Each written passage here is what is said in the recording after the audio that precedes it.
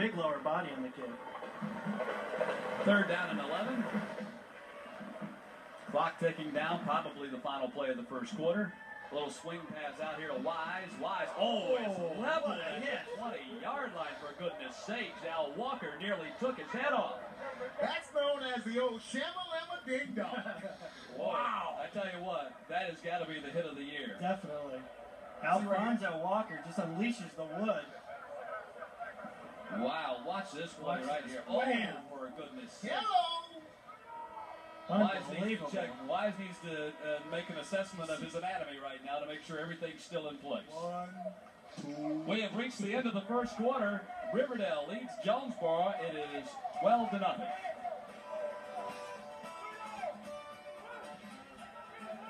Welcome back to Terra Stadium for the Winn-Dixie High School Game of the Week. This is Justin Carter. Justin, what's it like out there? There's a lot of hitting going on out there. It's rough. Yeah, they're big, they're fast. You look like you had that fade route there. Yeah, we had 2 posts on the XC post. I checked off 2 fade routes because they were in cover 2. Just didn't catch it. Okay, good luck, Justin. Leslie, big hole in the middle, and Leslie's going to take it the distance for the touchdown. You remember I told you he may go for a yard. Well, for those of you in layman's terms, Falcone lines up the punt on 4th and long. Snap goes back. They're going to fake it. Going to look for a pass out here, and it's batted away by Al Walker. Great play by Al Walker on the fake punt to foil the play. And Riverdale's going to take over at the Jonesboro 49-yard line. 26-0. Raiders lead Jonesboro back after this timeout on Media One. Jonesboro starts from their own 28-yard line and now in a deep hole, 33-0. Man in motion, Williams behind the line. Carter throws, has his man. Completion of about 3 yards going to Doyle. Al Walker made the stop. Tell you what, Michael Leslie's making it very difficult to choose somebody other than he for that Winn-Dixie High School football game of the week. But they've got some other guys doing a job out there. Yeah. But when you put 1st and 10, ball's at the 40-yard line. Hand off to Falcone. Falcone gets nothing, trying to go to the left side. it was more felonious than anything else. I tell you what, that defense of Riverside, it might as well be Riverside. I mean, like they're not getting across the river, doing a great job. Riverdale defense doing a good job of holding them up, plugging up that defensive line, not getting enough penetration from the offensive line, so you get a play that's just wadded up in the middle. 2nd down and goal now. 2nd down and 10 rather. Ball is at the 40-yard line. Carter drops back under a rush, dumps it off to Falcone, who drops the ball at the 45-yard line. He was better off dropping it because he would have got dropped for a loss for about a 6 or 7 yard loss there, as Riverdale just scoped that play out from the get-go. Like I said, I always tell people, it doesn't take Sherlock Holmes to figure out what Larry Holmes already knows. This is real simple here. You're going to have to throw the football. And then a safety, long run by Michael Leslie of 43 yards, and then a 29-yard run by Maurice Williams to cap the scoring. There's your 19-0 as we take a look at the first half statistics. And I tell you what, Riverdale really doing a number on the ground. Yeah, I mean, you look at that rushing yards, and it really, I mean, on both sides of the ground, so to speak, defensive line, as we're talking about going into the break, doing a good job of holding them to 5 yards rushing. 5 yards rushing. And 5 sacks by the defensive line. You know, what can we say? I mean, doing a great job, both offensively and defensively, at the point of attack. And Sorry, go ahead. Donnie Fulkerson has 3 of those 5 quarterback sacks. He came into the ballgame with 3 quarterback sacks for the season. He's doubled that total here in the first half. And when Jonesboro can get some time, they've had some success throwing the football, going to the shotgun. They made the adjustment, a new wrinkle, a new look for them. And I think It's halftime at Terra Stadium for the Winn-Dixie High School Game of the Week. And with me is Riverdale coach George Spencer. And coach, up 19-0. You've got a big, fast team. What do you like best about what they're doing? Well, I really like the defense. We're playing defense real well right now. We had a couple bad breaks in the kicking game right there, but overall defensively we're just doing a great job. And you told me during the break that your team practicing very well, which makes every coach happy. Right, we've got a bunch of seniors on our squad this year, and they just don't let us take a step backwards during practice. There'll be some days we don't take a step forward, but there's not going to be any days we take a step backwards. Has Michael Leslie got a hamstring? No, he's got a little bang on his knee right there, but he'll be back after the half. Thanks, coach. Good luck. We appreciate it. Let's go. They had so much success with the 4 wide receiver set, but they've dropped out of that right now with 45 seconds left in the half. Carter scrambling. Now he's going to keep it and go down at the 31-yard line as Al Walker comes over there and drives his face into the dirt. Thomas Howard got to 62 yards through the air, 6 of 8. And it's now third down. Third down with 93 seconds left in the first half. Riverdale trying to score again here late before the intermission. Handoff, big hole in the middle. Sprinting to the outside. He may take it all the way. He's in the end zone. Touchdown. Maurice Williams. Talked about Brandon Cable just a little while ago, and you are going to see one of the best blocks you have ever seen on high school football on Media One. Great job by Brandon rolling his guy right out of it. I don't even think I could have done a job like that. Maurice Williams, the 29-yard touchdown run. Sprinted to the outside and took it to the house. 18-0 as Tanya Butler's in for the PAT. As she so often does, she puts it through. 1:23 to play. In the first half, Riverdale now leads Jonesboro 19-0.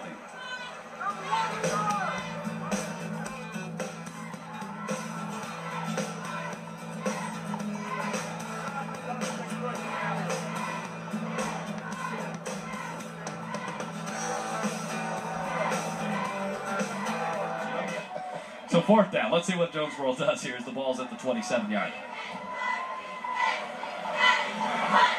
Carter out of the shotgun, has time, he's going deep, and his man makes a great grab at the 1-yard line. Beautiful catch by Jerry Doyle. I thought he was lost on the play. He turned around, and it looked like he'd stopped in his route. It looked like he didn't know where the ball was, and all of a sudden there he is, stretching out. Great catch. Let's see it again. He made a great adjustment here as this one he hung on to. The previous one he dropped, but watch the concentration here. Wow, what a catch. Beautiful catch by Jerry Dole, gives Jonesboro the ball at the 1-yard line. I tell you what, this is going to be a tough 1 yard for Jonesboro to get here.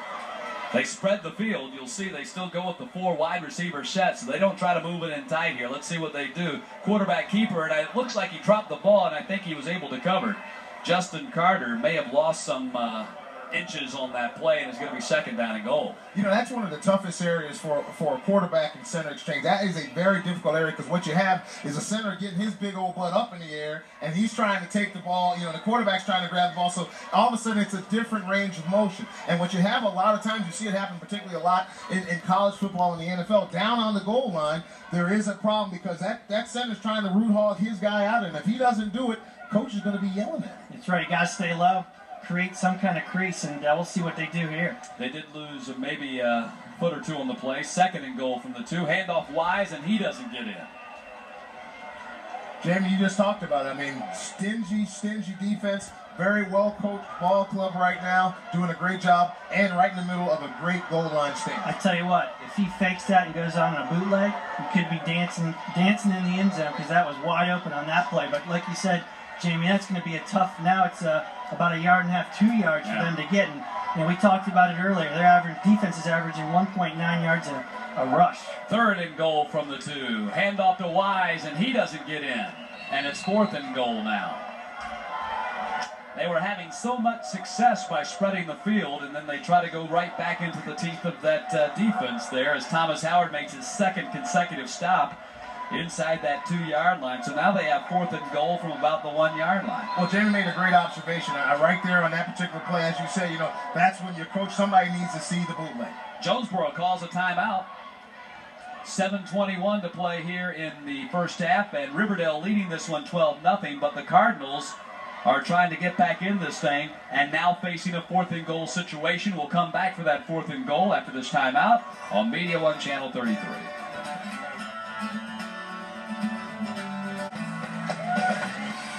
Fourth down and goal for Jonesboro. Ball is just outside the 1-yard line. Trying to get back in this game. They trail Riverdale 12-0 early in the second quarter.